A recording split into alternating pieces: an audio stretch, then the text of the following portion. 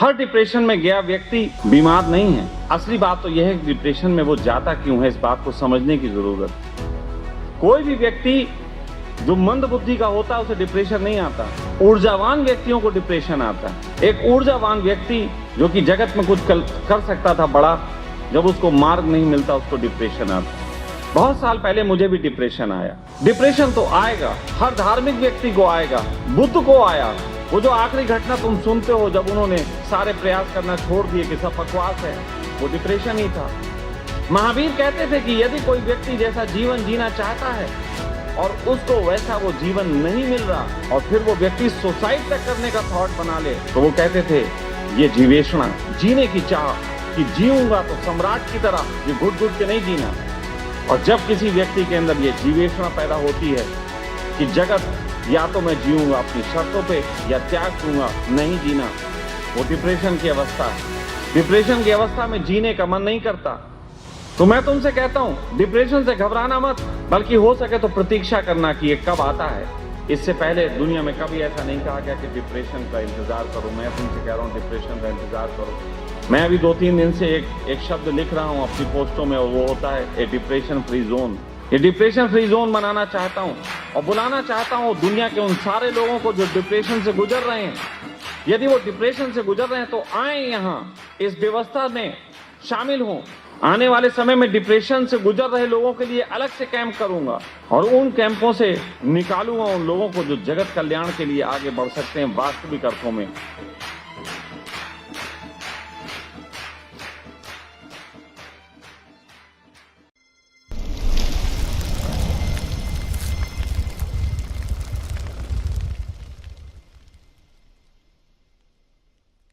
संसार में जब मैं कंपैरिजन करता हूँ तो अध्यात्म यात्रा में भीतर डिप्रेशन महसूस करता हूँ। मेरी जिंदगी का एक अनुभव है, क्योंकि मैंने बहुत समय से डिप्रेशन के लोगों के साथ काम किया। डिप्रेशन के बहुत मरीज मैंने देखे, 50-50 साल पुराने। लेकिन एक अद्भुत घटना देखी, और वो घटना ये है कि जिस व्यक्ति को भी डिप्रेशन था, जब वो डिप्रेशन से बाहर आया, उसकी जिंदगी में वास्तव में धार्मिकता आई।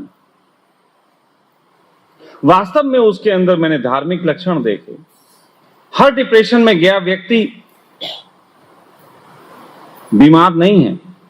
असली बात तो यह है कि डिप्रेशन में वो जाता क्यों है, इस बात को समझने की जरूरत है। कोई भी व्यक्ति जो मंद बुद्धि का होता है उसे डिप्रेशन नहीं आता। ऊर्जावान व्यक्तियों को डिप्रेशन आता है। एक ऊर्जावान व्यक्ति जो कि जगत में कुछ कर सकता था बड़ा, जब उसको मार्ग नहीं मिलता उसको डिप्रेशन आता है। एक ऊर्जावान व्यक्ति जो नया वैज्ञानिक हो सकता था, कुछ नई खोज कर सकता था, जब उसे लैब नहीं मिल पाती उसे डिप्रेशन आता। कोई प्रेमी किसी के प्रेम में मजनू की सीमाएं भी तोड़ सकता है। ऐसी ऊर्जावान व्यक्ति जब अपने प्रेमी का साथ नहीं पाता उसे डिप्रेशन आता। एक व्यक्ति जो धर्म की ऊंचाइयां छूना चाहता है लेकिन सही गुरु नहीं पाता, गलत तरीके के मार्गदर्शन पाता है, डिप्रेशन आता है। गलत तरीके के ध्यान करने लगता है, डिप्रेशन आता है। डिप्रेशन हर ऊर्जावान व्यक्ति को जीवन में आ सकता है यदि हम गलत तरीके के समाज का निर्माण करें, और हमने कर दिया। हमने एक ऐसा समाज बना दिया कि यहां पे हम लोगों से नहीं पूछते तुम्हें डॉक्टर बनना है क्या, बस ये पूछते हैं धन कैसे कमाओगे। उसके अंदर से डॉक्टर बनना है, उसे कलाकार बनना है, उसे नृतक बनना है, उसे फाइटर बनना है। हम नहीं पूछते, हम तो सिर्फ बस उसको कहते हैं जल्दी से तू बस एक डिग्री ले ले और धन कमा ले। हमने सारी ऊर्जाओं को अवरोध पैदा कर रखा है। हमारे सखा परिवार में इस समय एक बच्चा पलता है। हमारे पूरे सखा परिवार का सिर्फ एक ही संकल्प है और मेरा एक दिशा निर्देश कि इस व्यक्ति की, इस बच्चे की ऊर्जा को हम कभी भी बाधित नहीं करेंगे। जिस दिशा में बहना चाहेगी बहने देंगे। हम उसे स्कूल नहीं भेजते, हम उसे स्कूल नहीं भेजते और कभी भी इंग्लिश की ट्यूशन नहीं देते। लेकिन यहां पे कोई भी व्यक्ति उसके साथ आधे घंटे तक अंग्रेजी में टॉक कर सकता है और परफेक्ट आंसर देगी। मैं तो उससे बात ही नहीं कर पाता, गंवार आदमी।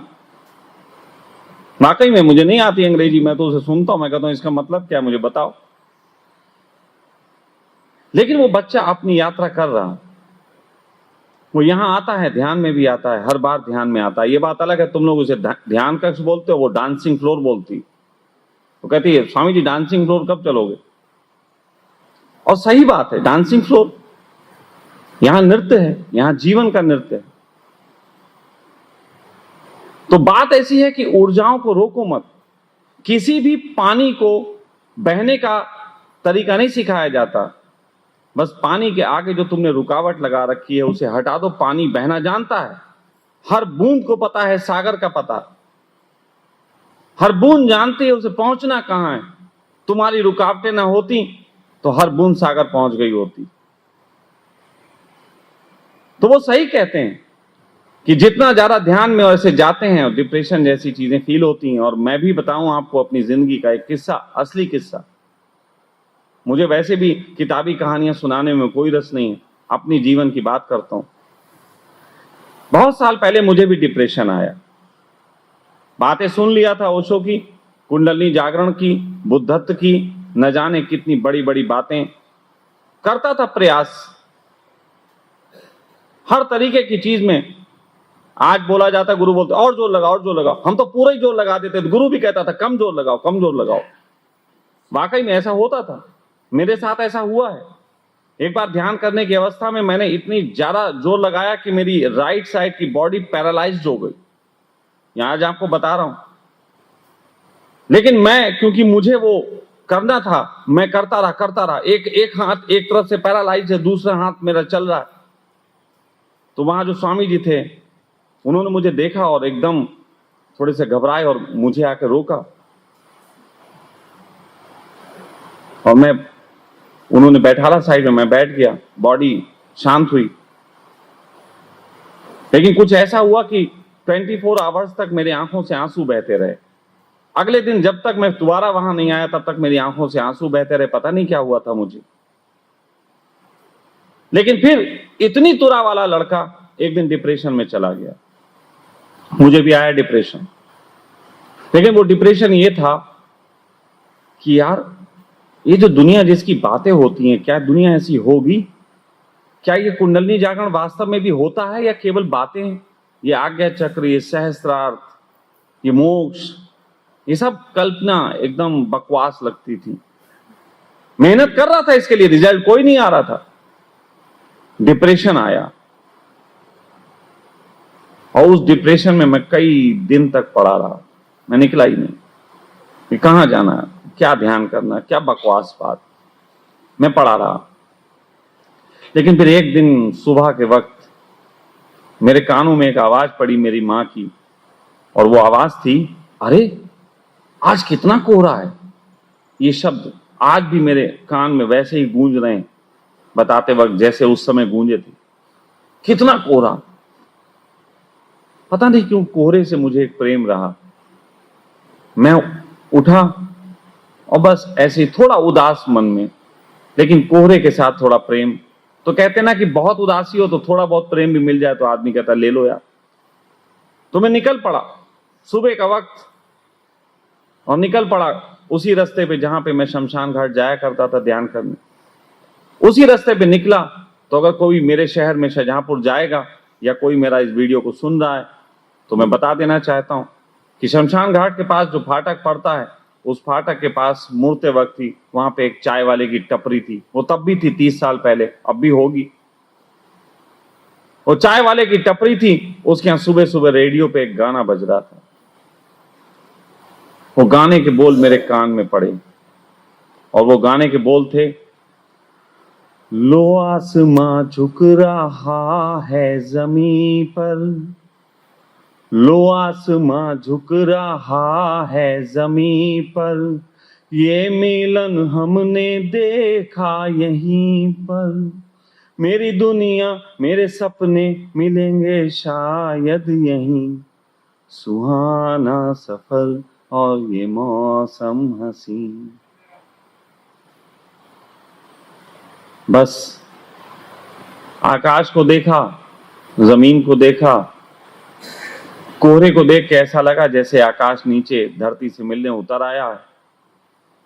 तो जिस दुनिया में आकाश और धरती मिल सकती है, मेरे सपने इससे बड़े तो नहीं, मेरी चाहते इससे बड़ी तो नहीं है। तो जहां यह संभव है वहां मेरे सपने भी पूरे होंगे। और एक उमंग पैदा हो गई उस दिन से।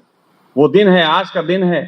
कभी पलट के नहीं देखा। हाँ, इतना जरूर समझ में आया कि जो सपने मैं देखना हूं उनके लिए प्रयास करना पड़ेगा। जो सपने भी मैंने देखे उनके लिए प्रयास जरूरी है। और मैंने लगभग वो सपने अपने पूरे कर दिए।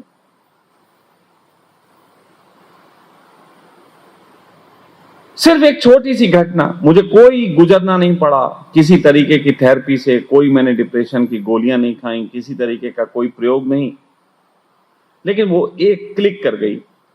अब वो मुझ पे ये बात क्लिक कर गई, उसका रीजन सिर्फ ये है, ज्ञान योगी हूं, ज्ञान योग का मेरा मार्ग रहा। किसी भी बात को सुन के उसके गहरे आभास तक पहुंच जाने की क्षमता मुझ में है। इस आश्रम के निर्माण में किसी भी व्यक्ति को आर्किटेक्ट के लिए मैंने सहारा नहीं लिया, ना यहां इंटीरियर में, ना यहां आउटर में, ना यहां क्या जो भी निर्माण हो रहा है सब कुछ मैंने ही बताया। और यहां पे कोई ठेकेदार टाइप भी नहीं लगा। यहां रजनीश है, उसी ने मेहनत की, मजदूरों से काम करा के ये आश्रम खड़ा कर दिया। लोग आते हैं, कहते हैं कि अरे आप तो बड़ा अच्छा बनवाया, आर्किटेक्ट कौन है? No architect. क्योंकि जो विजन है, सिर्फ विजन, मैं गहरे में आभास कर लेता हूं कि ये विजन कैसे पूरा हो सकता है। मुझे पता है कि यहां आप ध्यान कर रहे हो, आपको कौन कौन सी दिक्कतें आती, मच्छर कब तकलीफ पहुंचाएगा, पंखे कितने कहां लगने चाहिए, ये सब एक एक चीज मैंने खुद डिजाइन की है। एक एक चीज, तुम्हारे कमरों के जो तुम गद्दे पे लेटते हो उसके एक एक चीज, तकिया मैंने सोची है कौन सी लेनी चाहिए, उस पे कौन सा कवर चढ़ना चाहिए जो तुम्हें बेडशीट की तरह एहसास दिलाए, एक एक चीज मैंने सोची। ज्ञान योगी होना मेरे लिए वो एक छोटी सी बात सहयोगी हो गया। इसी में कोई भक्त का हृदय रखता होगा तो उसके लिए किसी का गुरु मिल जाना डिप्रेशन से बाहर आने का कारण बन जाता है। डिप्रेशन तो आएगा, हर धार्मिक व्यक्ति को आएगा, बुद्ध को आया। वो जो आखिरी घटना तुम सुनते हो जब उन्होंने सारे प्रयास करना छोड़ दिए कि सब बकवास है, वो डिप्रेशन ही था। असल में ध्यान से कोई पहुंचता नहीं है, लेकिन तुमने जो सुन ली है ध्यान की कल्पनाएं, उसे पूरा तो करे बगैर अब तुम मुक्त नहीं हो सकते, क्योंकि तुमने सोच लिया था वैसा। ऐसी स्थिति में ध्यान करना पड़ता है। और अगर तुम पूरा जोर नहीं लगा पाते, जब वो गुरु लोग कहते हैं पूरा जोर लगाओ, तो वो पूरा जोर इसलिए कह रहे हैं कि नहीं लगा पाओगे तो अंदर से तुम्हें रहेगा कि हमने पूरा जोर नहीं लगाया, शायद लगा देते कुछ मिल जाता। लेकिन असली बात यह है कि जब पूरा जोर लगा लोगे और जानोगे कि पूरा जोर लगाने से भी कुछ नहीं होता, तो एक दिन शांत बैठ जाओगे। वो शांत डिप्रेशन की ही अवस्था होगी, उदासी की ही अवस्था होगी। और ये गलत नहीं है, बिल्कुल समझ लेना। इसी की प्रतीक्षा में हमेशा महावीर रहते थे। महावीर ने इसको जीवेषणा कहा। महावीर कहते थे कि यदि कोई व्यक्ति जैसा जीवन जीना चाहता है और उसको वैसा वो जीवन नहीं मिल रहा, और फिर वो व्यक्ति सुसाइड तक करने का थॉट बना ले, तो वो कहते थे ये जीवेषणा, जीने की चाह कि जीऊंगा तो सम्राट की तरह, ये घुट घुट के नहीं जीना। महावीर इसको जीवेषणा बोलते हैं। और जब किसी व्यक्ति के अंदर ये जीवेषणा पैदा होती है कि जगत या तो मैं जीऊंगा अपनी शर्तों पे या त्याग दूंगा, नहीं जीना, वो डिप्रेशन की अवस्था है। डिप्रेशन की अवस्था में जीने का मन नहीं करता, लेकिन इसके तुरंत बाद ही, इस अंधेरे के तुरंत बाद ही वो उजाला है जो तुम्हें धर्म की आंख देता है। डिप्रेशन से गुजरने के बाद जो व्यक्ति धार्मिक होता है उसका लक्षण अलग है। जो डिप्रेशन से गुजरे बगैर ध्यान कर रहा और सब कर रहा, उसमें अलग लक्षण दिखेगा। और डिप्रेशन से गुजरने के बाद जो पहुंचेगा, फिर भले ही वो ध्यान भी करे, कुछ भी करे, लेकिन उसके अंदर के लक्षण बदल गए हों। तो मैं तुमसे कहता हूं, डिप्रेशन से घबराना मत। बल्कि हो सके तो प्रतीक्षा करना कि ये कब आता है, कब तुम्हारा चित्त थक जाता है। कल मैंने तुमसे कहा था कि उछल कूद के जो तुम्हें शांति मिलती है, वो शांति बस सिर्फ थकान के बाद का विश्राम है, लेकिन ध्यान है मन का विश्राम, और मन विश्राम करता है डिप्रेशन में। डिप्रेशन में जब कोई व्यक्ति होता है, उसके कुछ करने की चाह नहीं उठती, जीने की चाह नहीं होती, खाने की चाह नहीं होती, उमंग खत्म हो जाती है जीवन से। सच बात तो यह है, मन थक गया। मन के थकने से जो विश्राम आता है वही ध्यान में ले जाता है। लेकिन उसके बाद अगर कोई जगे तो वो उसके अंदर बोधिसत्व का लक्षण पैदा होता है, जो जगत में कुछ कर सकता है।